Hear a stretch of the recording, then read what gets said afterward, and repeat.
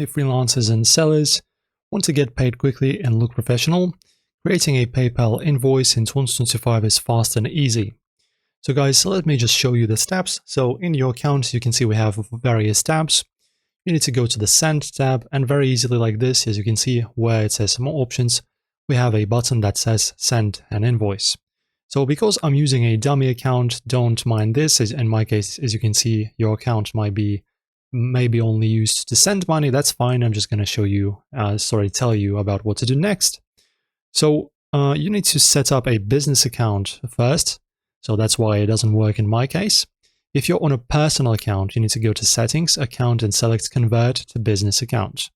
Add your business name, logo, and contact info to brand your invoices. After that, in the app, tap Request, then Send an Invoice. On the website, click Send and Request, and then Send an Invoice. Enter the customer's email, item details, and amounts. Add taxes or shipping if needed. PayPal calculated automatically.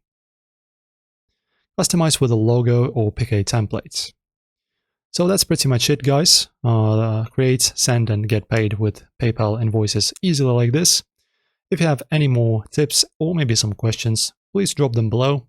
Thanks for watching, guys. See you in the next one.